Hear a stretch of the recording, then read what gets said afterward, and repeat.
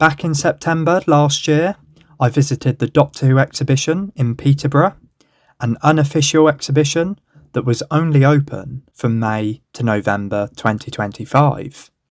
I had a fantastic time viewing its exhibits and thought I'd make a video showing you what was there. Enjoy! As soon as I walked through the entrance, I knew I'd come to the right place, as I was greeted by an awesome TARDIS-themed door frame with two large Cyberman cutouts on either side.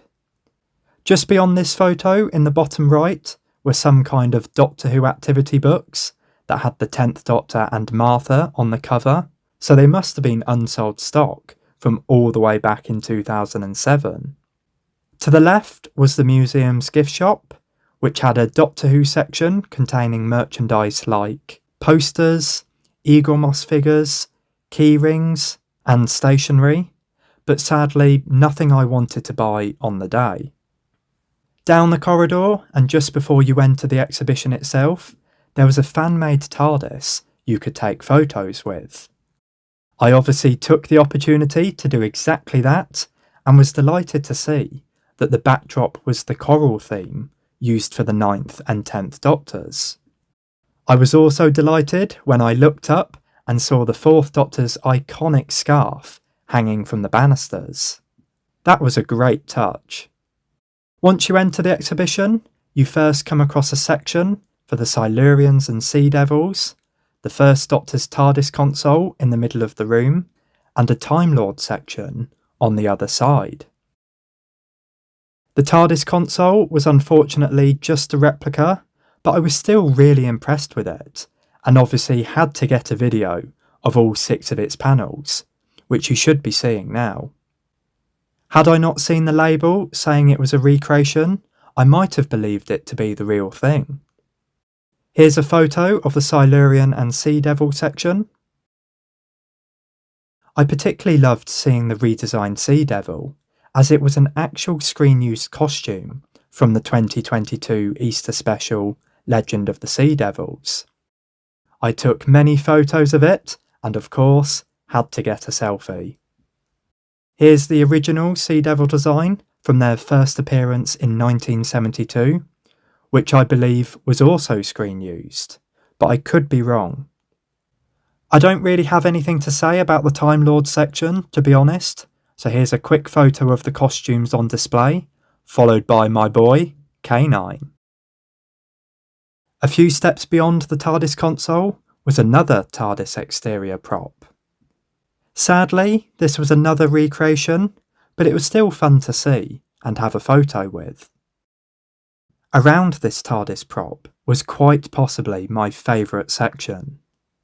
The exhibition seemingly had every single version of the Cybermen from the show's history, from the Mondasian Cybermen, first seen in 1966, all the way to the Black Cybermasters from the Series 12 finale. As a huge fan of the Cybermen, I loved being able to view their evolution over the years, and spent a long time in this area, photographing all the different variants and trying to get a video without other visitors getting in the way. Here's a photo of the Cybermen from the 60s, and now the 70s and 80s, and finally, post-2006, which made me so nostalgic considering these are the Cybermen I grew up with. Since we all love the Mondasian Cybermen, have a bonus picture showing a close-up of its sexy face. The exhibition basically had 3 rooms in total, and the second room contained mostly smaller items, like models and props. What you may recognise here is a model of the space station from the Trial of a Time Lord series. This was in the centre of the room, and around it were cabinets and benches that displayed a variety of items, including heads of an Auton from the very first episode of the Revival series, a monk from series 10, a Kablam Man, He's a Kablam Man!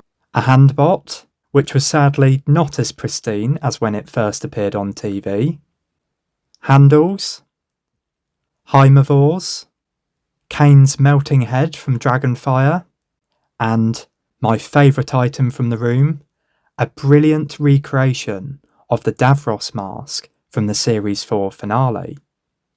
Other items I took photos of included this mould of Peter Capaldi's head, a model of the Fourth Doctor carved into a cliff from The Face of Evil, and, look away now if you're arachnophobic, this giant spider from Planet of the Spiders.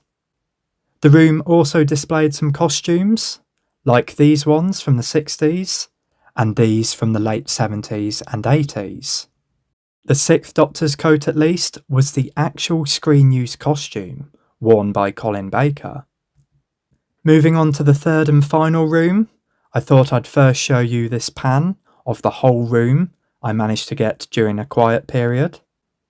As you can see, the left side had a good mix of villains from the classic and revival series. On the other side, past the Dalek mural and sofa you can hide behind, there were a variety of Daleks, as well as a pig slave, Ogron, and Davros himself. Here's a closer look at the recreation of Sutekh, and as you can see, his eyes lit up, just like in the Pyramids of Mars, which was really cool. Here's some of the other villains that were on the left side. As you can see, there were some creatures from the classic series, like Syl, a Vok robot and a Vervoid. There were also a number of creatures from the new series, including a Sycorax, a Weeping Angel, a Clockwork Droid, a Jadoon, an Ood, a Pegdoll, and a 13th Doctor era Sontaran. As a big New Who fan, I took many pictures and selfies with these exhibits, including this one with the screen-use Pegdoll, and this one with the Weeping Angel. Don't blink. And finally, here's another pan of the Dalek section. I'm not sure if every type of Dalek was present, but as you can see, there were definitely a variety of designs on display. And that was everything the Doctor Who exhibition in Peterborough had to offer. Overall, I had an amazing time browsing the exhibits, even though the whole thing did remind me of how much I miss the official Doctor Who exhibition that used to be in Cardiff. Frankly, I was shocked that the entry fee was only £5, as there was a lot more on display than I was expecting, and I managed to get 2 hours out of the experience before I got bored. I think I took over 300 photos in the end, and I remember spending hours in the evening afterwards trying to cut them down to about half this number. It was a great day out, so it's a shame that the exhibition has now closed, with seemingly no plans to reopen it anytime soon.